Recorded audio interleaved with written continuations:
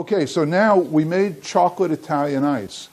Now we're going to do the same exact recipe, except instead of 4 quarts of water, we're going to drop it down to 3 quarts of water and 1 quart of dairy mix. And that's it. And then you'll see we're going to step that up to ice cream later, and you'll see it's the same thing.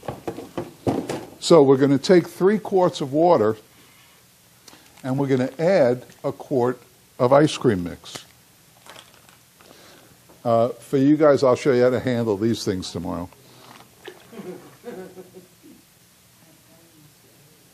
So there, 3 quarts of water and 1 quart of mix. Everything else is the same. Now, because Steve freaked before about the sugar, we'll throw it into this and stir it up. Not that I care, it's his machine, not mine. But we'll mix this up, and sugar will dissolve in 2 seconds in cold water, even in the mix. So you better ask a question over there. You're very quiet all day, okay? Think of a good one, though. Otherwise, I'll rank you right down. So we got that, and you know what? We can throw the vanilla in here. And we can even put the chocolate powder in here. But we won't. I'll show you that. You just add it to the machine. It's fine. Because that's not very granular, so it's not going to do anything to his precious machine. All right, so what do we have? We have 8 ounces of Ghirardelli powder. We have 4 ounces of vanilla, 2 pounds of sugar, 3 quarts of water, 1 quart of ice cream mix, and we'll put in, how much fudge? 8 ounces of fudge, and we'll try not to drop it this time so we get a true 8 ounces. So that's it. And now you tasted the chocolate ice. Now you'll taste what it's like converting it to cream ice. A wonderful product. Isn't that what we just made with the Oreo cookie? Cream ice? Mm-hmm. Okay. So what are you making now? We're making chocolate cream ice. It's the same without the Oreo cookie. That you just made. Remember when you make the chocolate pie? You explain it to him. Same as that, but we're doing the chocolate.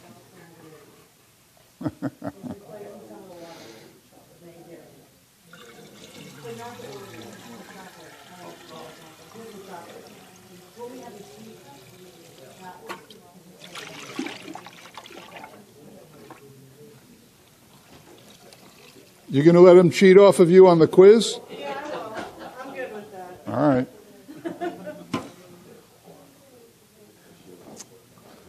All right, so that's all the ingredients except the fudge, right? All right. So let's just add the fudge. This isn't the kind of fudge I use, but whatever turns you on. So we're going to add 8 ounces of fudge. There it is. Precise 8 ounces. Well, if you think about it, these are 4-ounce scoops, so we're okay. Now we got to mash it in there.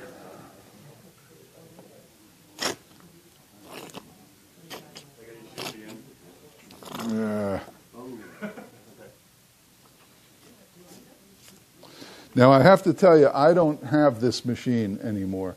I started with a countertop, I call them countertop machines. This is a 6-quart machine, and I started in business with that, and I went about 8 months, and then I was ready to buy a larger machine. So I kept it in the back room as a backup, and I bought a 24-quart. This is a 12, right? I bought a 24-quart.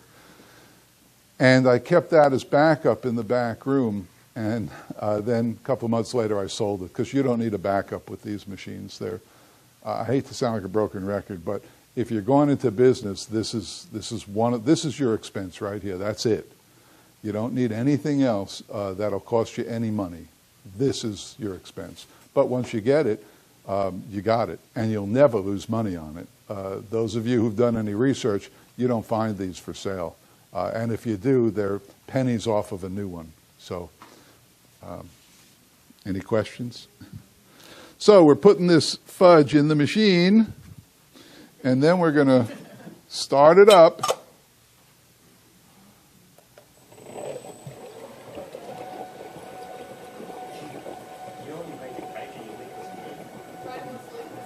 Looks good, doesn't it?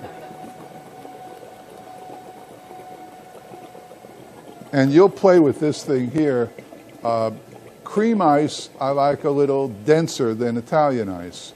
Ice cream, I like even denser than that.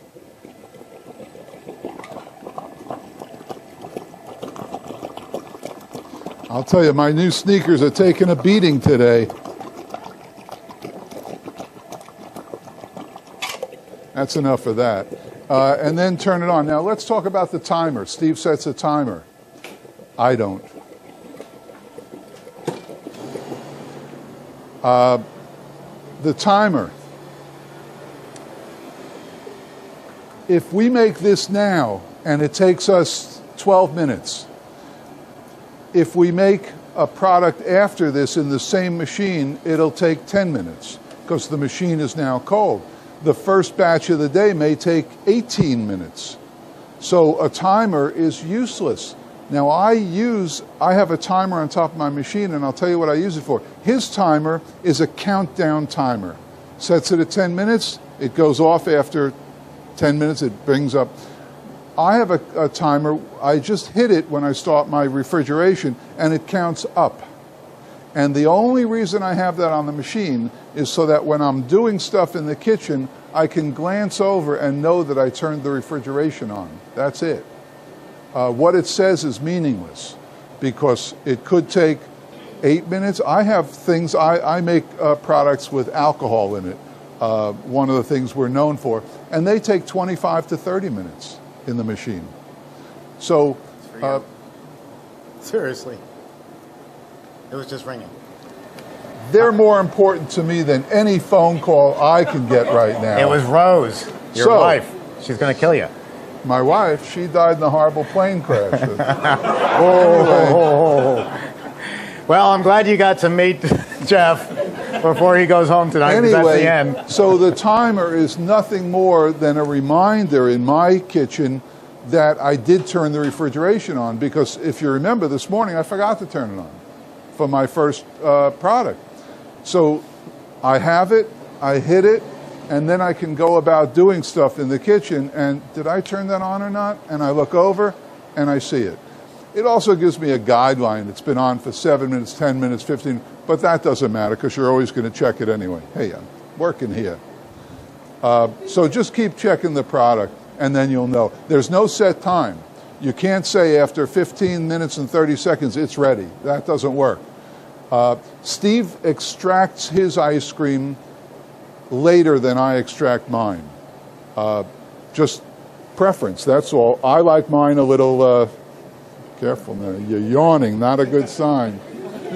What if you just left that running for like an hour? What would happen? Once it hits, It would get a block of ice, it would freeze up, and it would cost you about 10 grand. Okay, so you have to take it out. No, there's actually an alarm in there and a shut-off, but don't do it. Before that, the year ago, clunk, clunk, clunk, clunk, clunk. I can't hear you. She was talking. Go ahead. Are you saying you don't use the timer because you can't overprocess the ice cream? No, I don't use a timer because it doesn't do any good.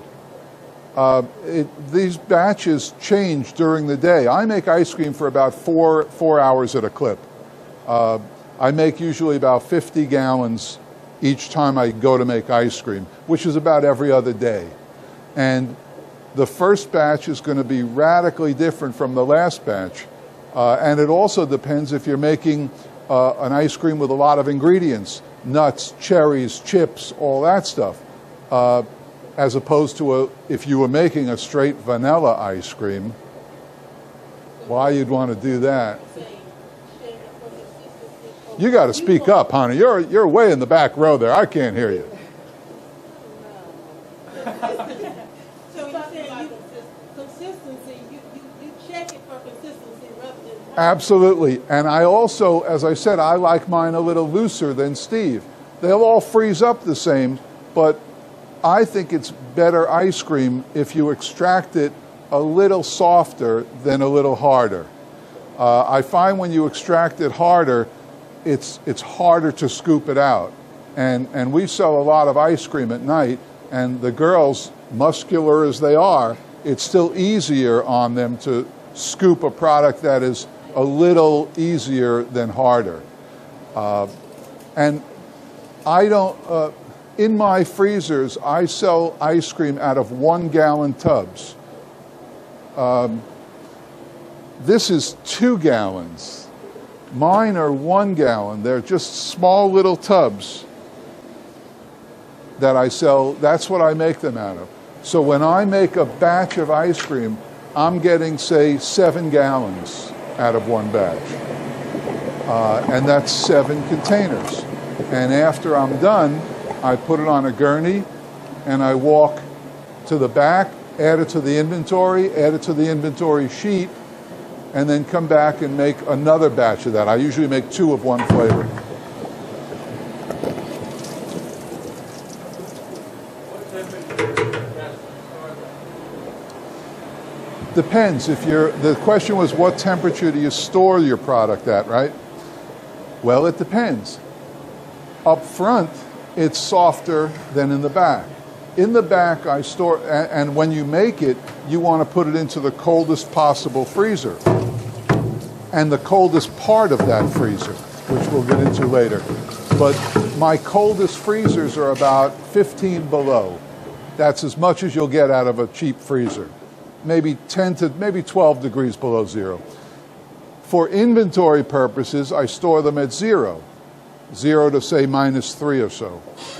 Up front, I keep them at +5 because they're dipping all night.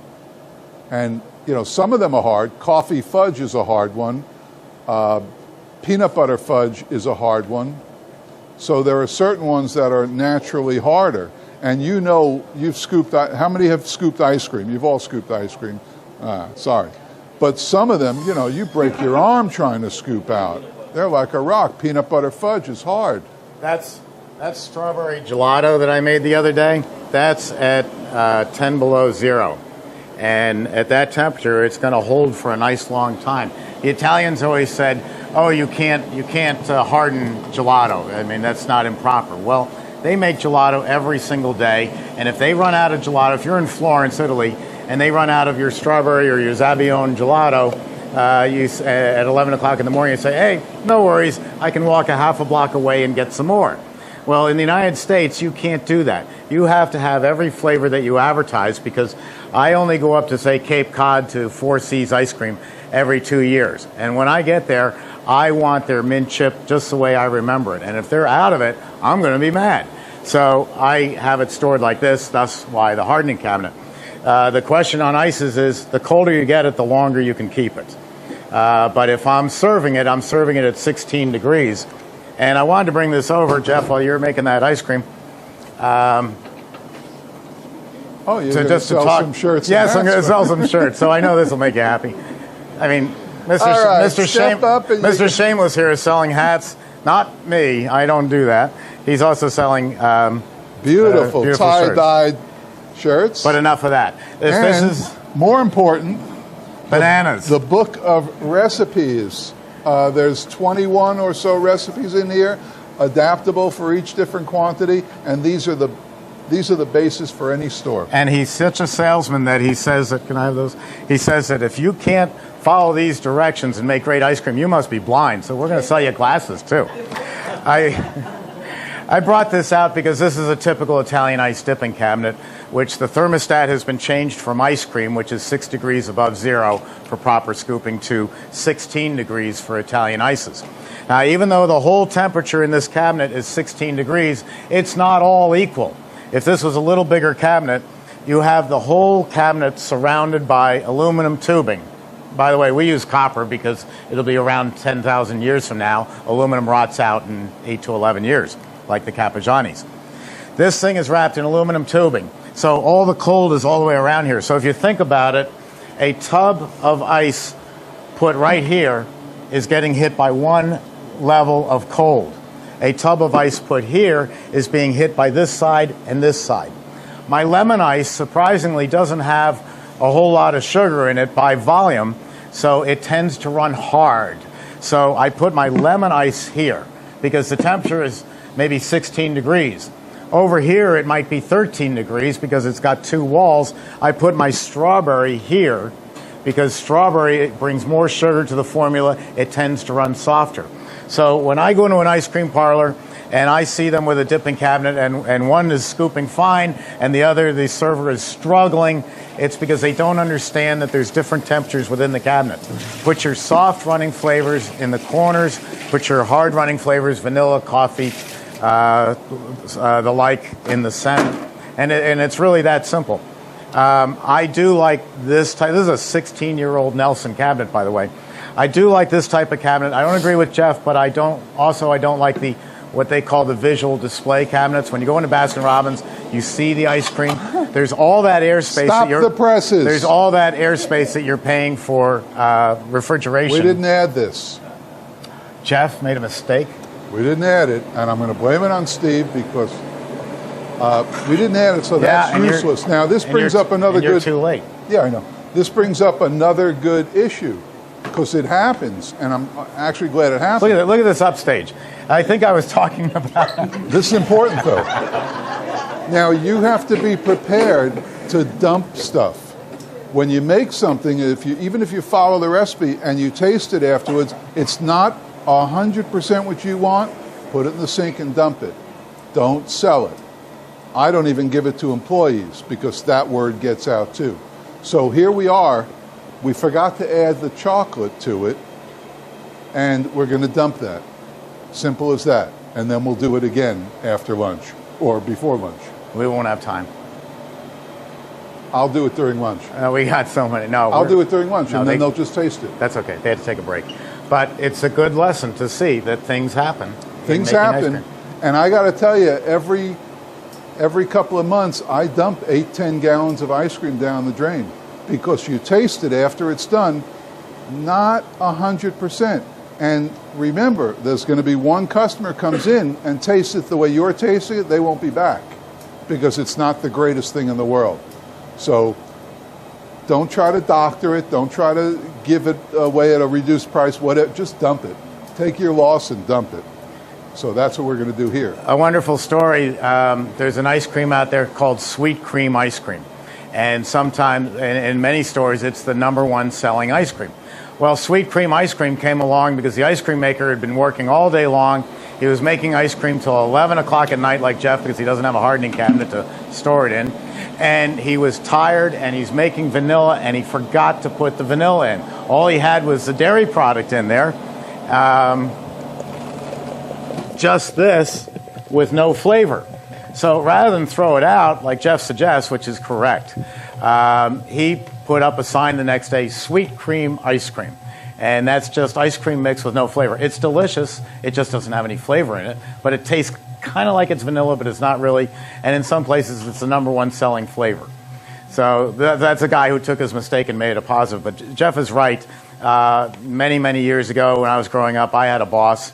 And he would always say, only serve your very best. What I went to him with was I was in one of many volunteer fire companies, and I was going to make a lesser grade ice cream for the fire department to save money. He said, no, that's your reputation. That's what people are viewing you on. Never sell anything but your best. And Jeff's saying the exact same thing.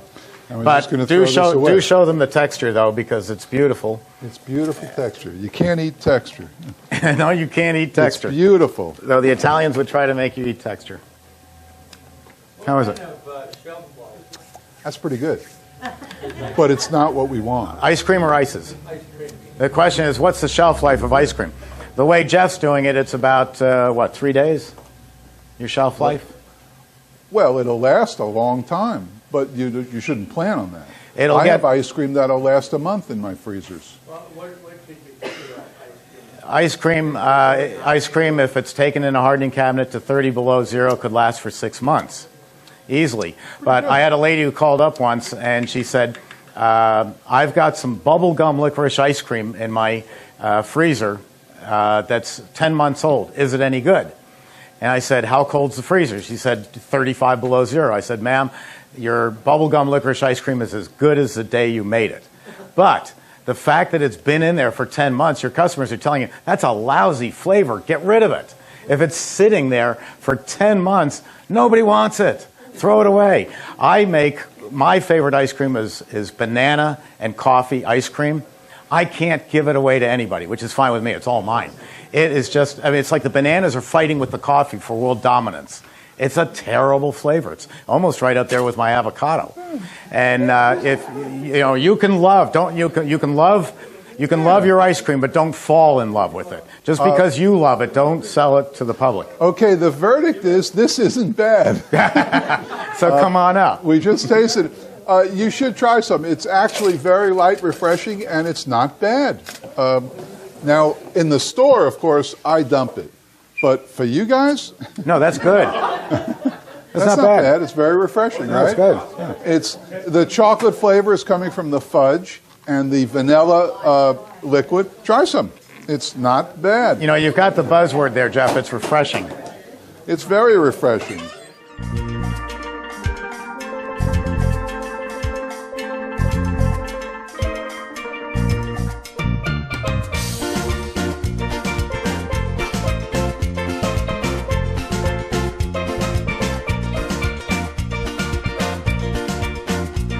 Sammy, come here, girl.